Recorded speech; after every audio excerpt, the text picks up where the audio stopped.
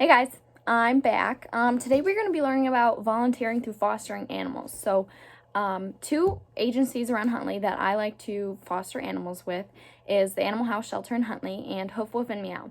Personally, I prefer Hoof Woof and Meow, but that's just a personal preference. I recommend that you try both of them and then make that decision for yourself. But fostering is a super great thing to do because the animals always need homes. Like, it's in constant demand. It teaches you responsibility and teamwork. You really get to learn about medicines and ways to help, and it's free cuddles. They're super loving all the time. It's really, really great. I love it. Okay, so I'm not gonna lie, fostering can be hard work sometimes. I mean, you have to bring them to the vet for checkups. If they're sick, you have to give medications. On a schedule, you have to feed them and make sure that they're eating and drinking. You have to check their gums, make sure they're not being lethargic, make sure, if they're not purple, make sure, they're healthy. It can be a lot of hard work, but it really is super rewarding and fun. So I fostered 3 puppies and over 32 kittens, so I think I have a pretty good measure what it's about. The youngest ones that I've ever fostered, the youngest kittens, are 2.5 weeks. So I fostered pets anywhere from 10 to 14 days, which is their quarantine period, so that's like the shortest amount of time you have to stay in a home for health and at least.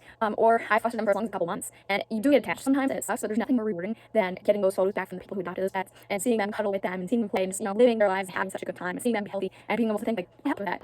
I've had fosters back to back to back all summer long. Spring and summer are huge, huge kitten seasons. But it didn't happen all year round. So they're always in high demand. I've seen the animal shelters have 100 plus kittens in one shipment, so they'll like drive them all up from down south or something like that. But 100 plus of them that all need homes. And for shelters like Hillsborough now, where they're totally volunteer based, totally foster based. The animals don't live in the actual shelter. It's just like a warehouse with supplies, and people will go there, but nobody's there 24/7. Shelter, the animals aren't there. They live in homes of volunteers like you and me. And so they really need people like us to volunteer to foster these pets. So this is something that always needs to be done.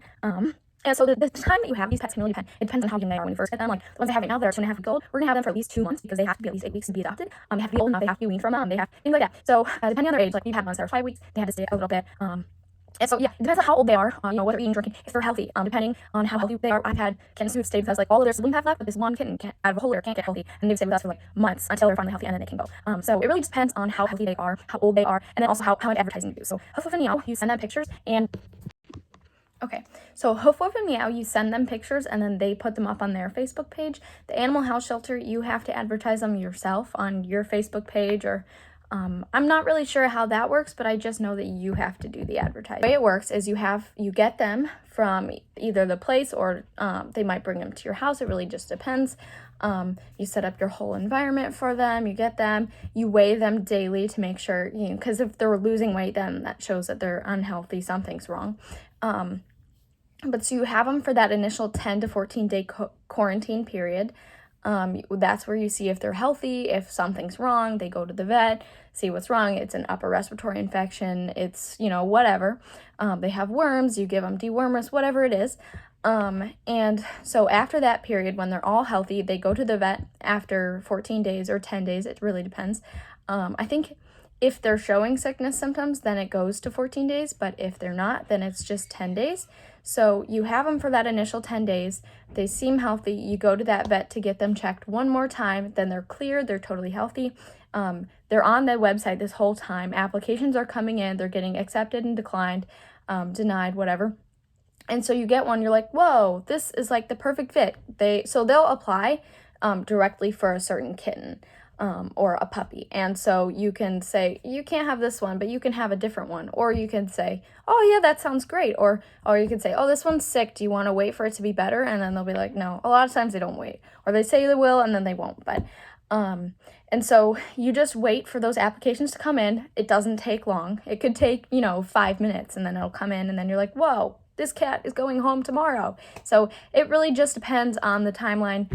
But you really won't have them for that long. You could have them anywhere from 14 days to 2 months. So a nice thing about fostering is the shelters will usually provide pretty much everything you need, except for the only thing you provide is the house and the cuddles.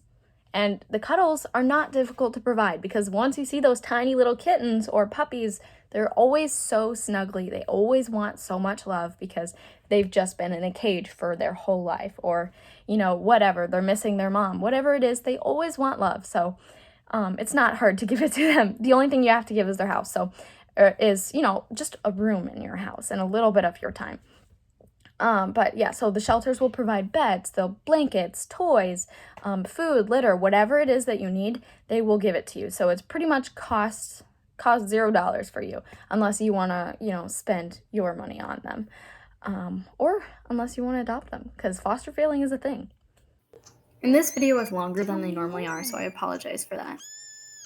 Thanks for watching, and we'll see you next time when we're volunteering around Huntley. She wants to be pet. Now, this is a form of volunteering that needs to have parent permission and permission from all of your family, because this is something that typically everybody's going to participate in.